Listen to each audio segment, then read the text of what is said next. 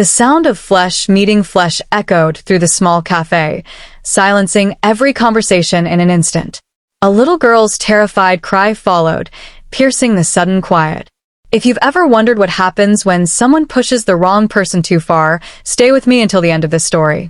What unfolded next would change everyone's lives forever. Before we dive deeper into this incredible true story, take a second to hit that like button and subscribe to the channel. Your support helps us bring more of these powerful real-life tales to light. Michael Reeves sat quietly at the corner table of Rosie's Cafe, his weathered hands wrapped around a mug of black coffee. At 42, his face carried the subtle marks of a man who had seen too much, yet his eyes remained kind as he watched his 8-year-old daughter, Emma, carefully color inside the lines of her activity book. These Saturday morning breakfast outings had become their sacred ritual since losing Sarah to cancer 3 years ago. "Daddy, look. I stayed in the lines this time," Emma said, holding up her drawing with pride. Michael's face softened. "That's beautiful, sweetheart. Your mom would have loved it." The mention of her mother made Emma's smile falter slightly. "Do you think she can see it from heaven?"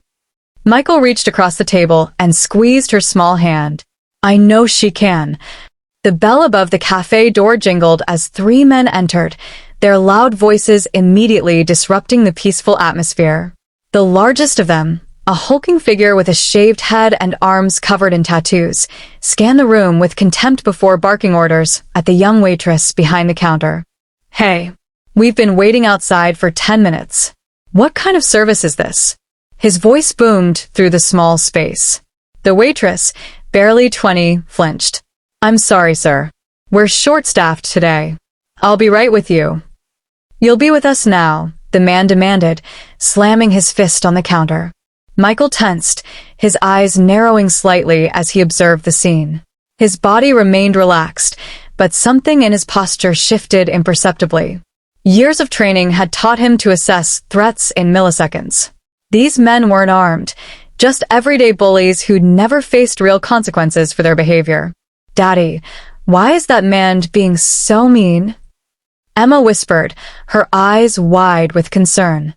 "Some people forget their manners, sweetheart," Michael replied quietly. "Just focus on your coloring." But the situation escalated when the waitress accidentally spilled coffee while trying to serve the men quickly. "Are you kidding me?" the bully roared, jumping up from his seat. "Look what you did to my new shoes." The young woman's hands trembled as she frantically grabbed napkins. "I'm so sorry, sir. I'll get this cleaned up right away." "Sorry doesn't fix my $300 shoes, does it?"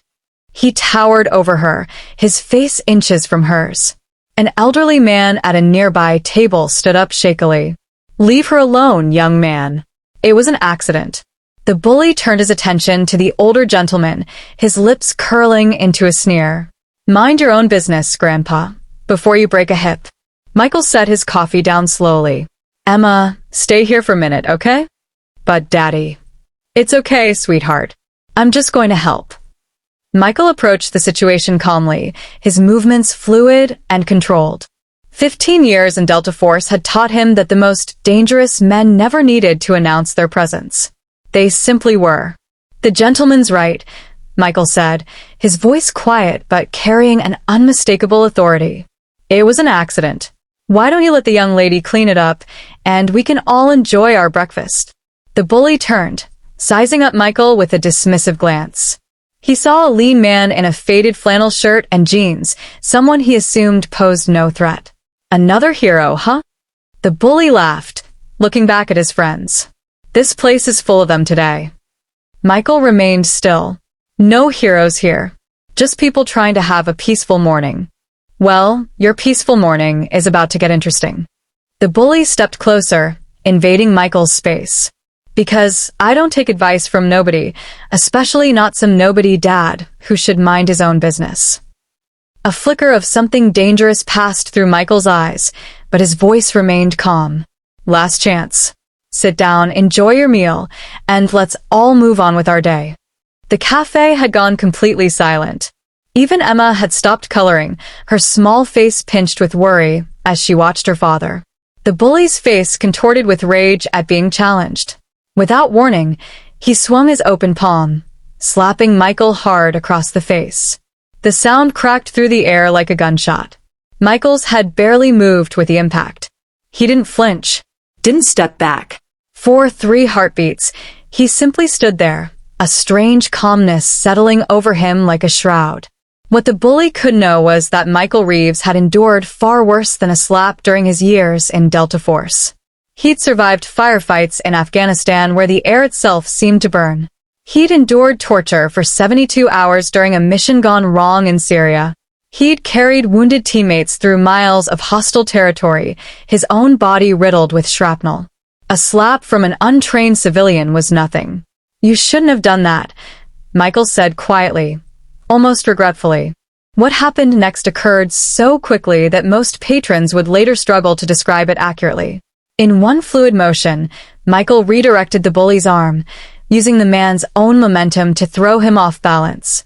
A precise strike to the back of the knee brought the larger man down, and before anyone could blink, the bully found himself face down on the floor, his arm locked behind him at an angle that promised excruciating pain with the slightest increase in pressure. Michael leaned down, his voice so low that only the bully could hear him. "I've got a little girl watching, so you're getting the gentle version. Not if you understand." The bully, his face pressed against the linoleum floor, nodded frantically. "Good. Now, when I let you up, you're going to apologize to the waitress, pay for your meal, leave a generous tip, and walk out of here without another word. If you choose differently, I'll be forced to show you what happens when you pick a fight with someone who is killing terrorists while you are still playing video games in your mother's basement. Are we clear?" Another frantic nod.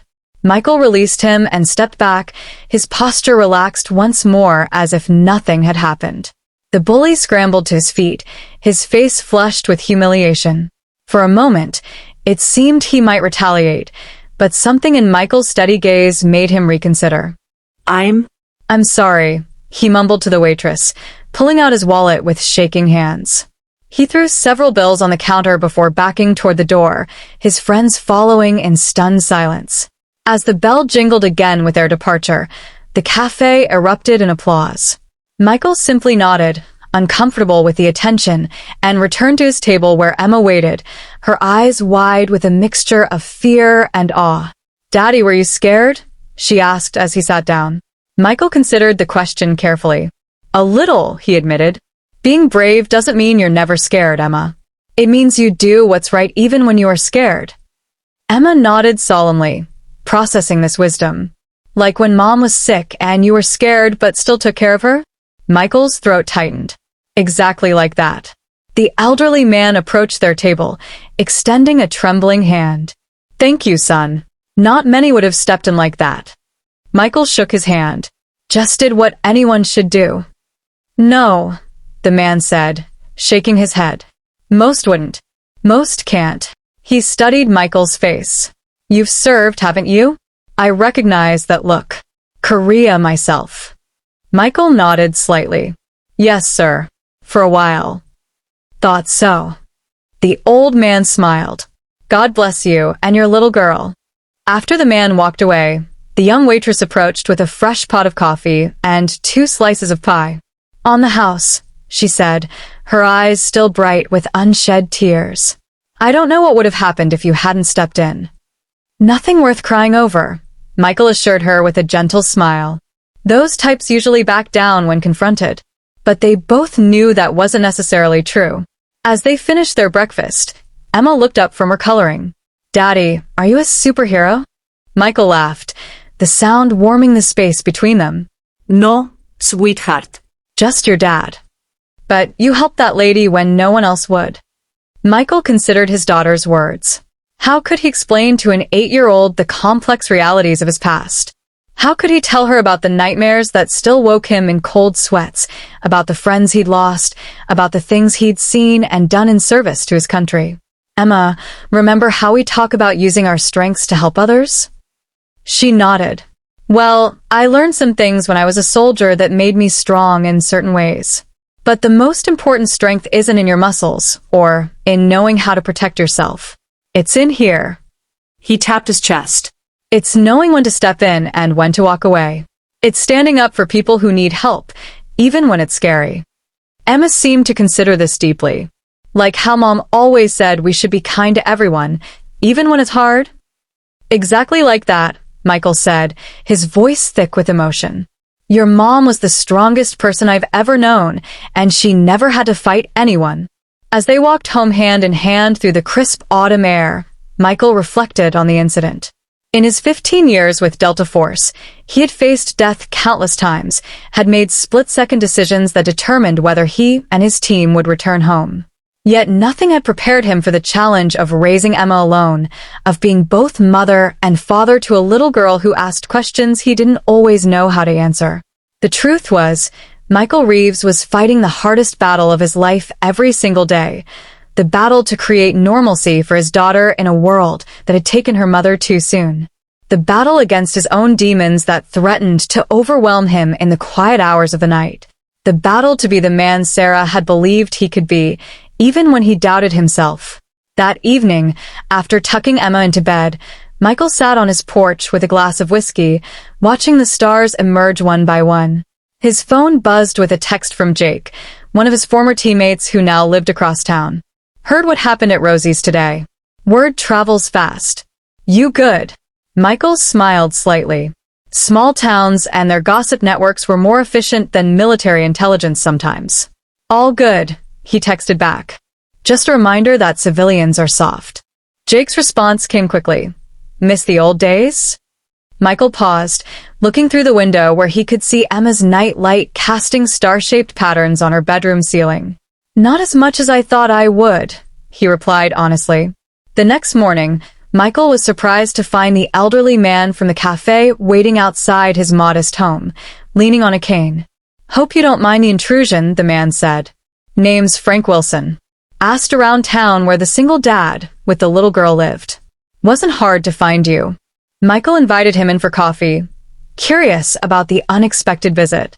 I run a small program at the community center, Frank explained as they sat at Michael's kitchen table, teaching basic self-defense to women and children. Nothing fancy, just enough to help them feel safer, maybe get away from a bad situation. Michael nodded, beginning to understand where this was going. My arthritis is making it harder to demonstrate the techniques, Frank continued. Been looking for someone to take over. After what I saw yesterday, well. He fixed Michael with a knowing look. You've got skills most civilians don't. Skills that could help a lot of people. Michael's first instinct was to decline. He'd left that life behind when he'd retired from Delta Force after Sarah's diagnosis. The last thing he wanted was to step back into any role that reminded him of his past. I appreciate the offer, Frank, but I'm not sure I'm the right person. Frank nodded, unsurprised by the resistance. Just think about it. These aren't soldiers you'd be training. Just ordinary folks, single moms, kids who get bullied, elderly folks afraid to walk to the grocery store. They don't need a warrior. They need someone who understands what it means to protect what matters. After Frank left, Michael found himself standing in front of the small bookshelf in the living room, his eyes fixed on a photograph of Sarah. She was laughing in the picture, her head thrown back, sunlight catching in her hair. It had been taken 6 months before her diagnosis, during a rare weekend when he'd been home from deployment. What would you tell me to do? He whispered to the image of his wife. The answer came to him immediately, in her voice, as clear as if she were standing beside him. You've always been a protector, Michael. It's who you are. Don't hide from that part of yourself. 2 weeks later, Michael stood in the community center gymnasium, facing a group of 20 people ranging in age from 12 to 70. Emma sat cross-legged on a bench against the wall, proudly watching her father. Self-defense isn't about winning fights, Michael began, his voice carrying easily through the space. It's about creating opportunities to escape danger. It's about awareness, confidence, and knowing your own worth. As he demonstrated simple techniques with Frank's assistance, Michael felt something shift inside him.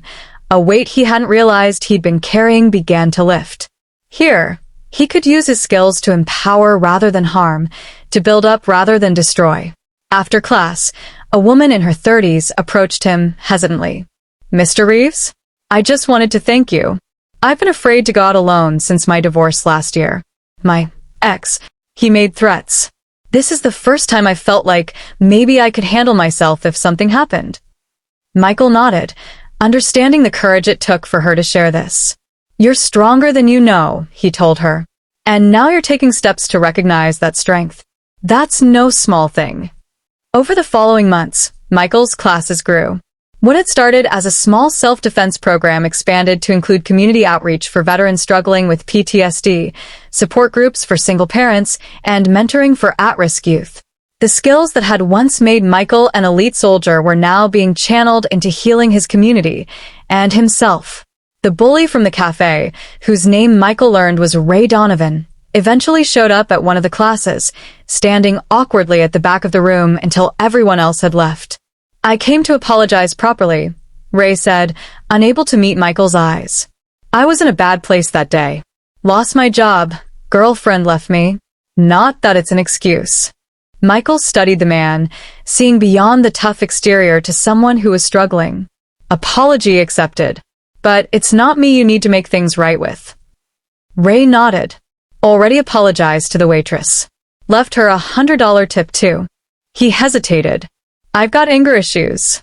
Been that way since I was a kid. My old man used his fists to solve problems, and I guess I learned from him.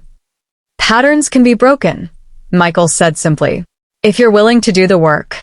To Michael's surprise, Ray became a regular at the community center, first attending anger management sessions, then eventually helping with the youth mentoring program. His transformation wasn't overnight or without setbacks, but it was genuine. One evening, as Michael and Emma walked home from the center, she asked a question that stopped him in his tracks. Daddy, do you still miss being a soldier? Michael looked down at his daughter, wondering how to answer truthfully without burdening her with complexities she was too young to understand. I miss the brotherhood, he said finally. The men I served with became my family. We trusted each other with our lives. Emma considered this. But you have a new family now, right? Me and all the people at the center. Michael smiled, marveling at his daughter's wisdom. You're right, sweetheart. Ido. And Mom is still family too, even though she's in heaven. Emma added with the certainty only a child could possess.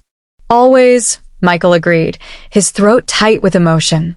As they continued walking, Emma's small hand in his, Michael reflected on the journey that had brought him here. From the battlefields of distant countries to a small-town community center. From a Delta Force operator to a single dad teaching self-defense classes. From a man defined by his capacity for violence to one defined by his commitment to healing. The incident at the cafe had been a turning point, though not in the way most would assume. It wasn't about Michael proving his strength or putting a bully in his place. It was about him recognizing that his past didn't have to dictate his future, that the skills he'd acquired in war could be repurposed for peace.